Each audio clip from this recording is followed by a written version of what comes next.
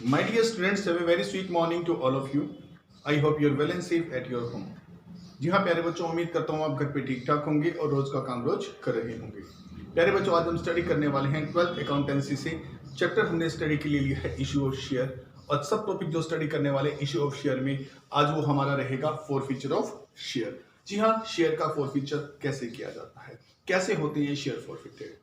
प्यारे बच्चों, if any shareholder fails to pay, अगर कोई भी शेयर होल्डर फेल हो जाता है, असमर्थ रहता है to pay any amount due on allotment और any of the call within a specified period of time, अगर कोई एक शेयर होल्डर जिसने शेयरों के लिए आवेदन किया था वो अलॉटमेंट की राशि या अलॉटमेंट के बाद कॉल्स की राशि को देने में फेल हो जाता है, असमर्थ रहता है, तो उस दशा में डायरेक्टर डिसीजन कर सकते हैं कि उसके द्वारा लिए हुए शेयर को हम कैंसिल कर देंगे।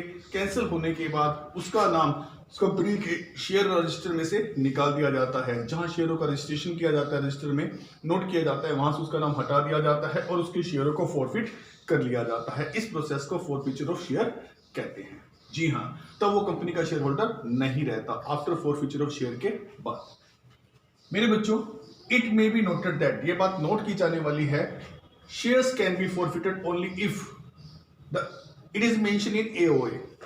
अगर आर्टिकल ऑफ एसोसिएशन, देखो आपके कंपनी के पास दो चीजें होती हैं मेन, एक होता है मेमोरेंडम ऑफ एसोसिएशन जो रजिस्ट्रार के पास जमा होता है, एक होता है आर्टिकल ऑफ एसोसिएशन जो कंपनी के पास रहता है, रजिस्ट्रार के पास भी जमा होता है।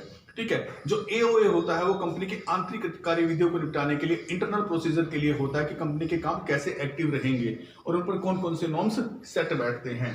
और अगर एओए में इस बात का प्रोविजन है कि कंपनी के शेयर बीइंग शेयर होल्डर, अगर कोई बंदा पैसे नहीं देता है तो उस समय फॉरफिट किए जा सकते हैं, तो कंपनी एओए के अंदर जो प्रोविजन है उस प्रोविजन के अकॉर्डिंग शेयर को फॉरफिट कर सकती है। अगर कंपनी के पास एओए अवेलेबल नहीं है तो कंपनी क्या कर सकती है फॉरफिचर के लिए, तो कंपनी को वो रूल्स और रेगुलेशन अपनाने पड़ेंगे जो टेबल एफ के अंदर दिए हों या उसके स्केड्यूल 1 में दिए हों। कंपनी एक्ट 2013 के अंदर ऑलरेडी एक एओए बना हुआ है, उसके अंदर जो भी प्रोविजन दिए गए उस प्रोविजन के अकॉर्डिंग जो है वो कंपनी के शेयरों को फॉरफिट कर सकती है अगर शेयर होल्डर अलॉटमेंट या उसकी फर्दर किसी कॉल पर पैसे देने के लिए राजी नहीं होता है या नहीं देता है। तो मेरे बच्चों, मैंने आपको बता दिया कि कंपनी के शेयरों का जो फॉरफिचर है वो दो ही कंडीशन पर हो सकता है। एक तो एओए में इसके फॉरफिट करने की प्रोसीजर दी हुई होनी चाहिए। अगर एओए में नहीं है कंपनी के पास तो उस दशा में कंपनी एक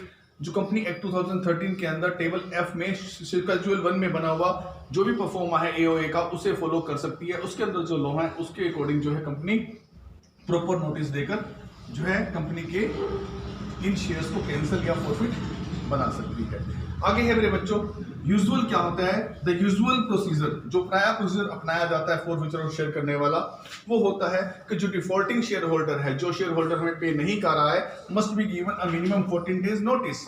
उसको 14 दिन का नोटिस दिया जाएगा कि भाई जो अमाउंट आपके पास पेंडिंग है, जो आपने अलॉटमेंट की देनी है वो दे दीजिए, या फिर जो आपने कॉल्स की अमाउंट देनी है वो दे दीजिए। अगर वो उस 14 डेज के अंदर इस नोटिस को इग्नोर करता है और इस पर कोई कार्रवाई नहीं करता, इसके बदले में वो अपनी जो ड्यू अमाउंट है वो कंपनी को नहीं देता है, तो इस बात को नोटिस में लिया जाता है और फिर उसे सर्टेन पीरियड पूरा होने के बाद कंपनी के डायरेक्टर एक मीटिंग लेकर, जी हाँ, एक रेजोल्यूशन पास करते हैं और उस शेयर्स की रकम को जब्त कर लेते हैं, शेयरों को कैंसिल कर देते हैं। उन्हीं शेयरों का तब फॉरफिचर हो जाता है, शेयर जब्त कर लिए जाते हैं और कंपनी का जो मेन रजिस्टर है जहां शेयर होल्डर्स के नाम मेंशन है, शेयर मेंशन है, वहां से उसका नाम हटा दिया जाता है। उसके बाद वो शेयर होल्डर कंपनी का शेयर होल्डर नहीं रहता है। इसे कहते हैं शेयरों का जब्त करना। जो अमाउंट कंपनी के पास आ चुकी है वो सारी जब्त की अमाउंट कहलाती है और वो सारी अमाउंट जब्त हो जाती है और कंपनी फिर इसके लिए नया प्रोविजन रख सकती है कि कंपनी इन शेयरों को आगे दोबारा से री इशू करे और इन पर दोबारा से पैसा प्राप्त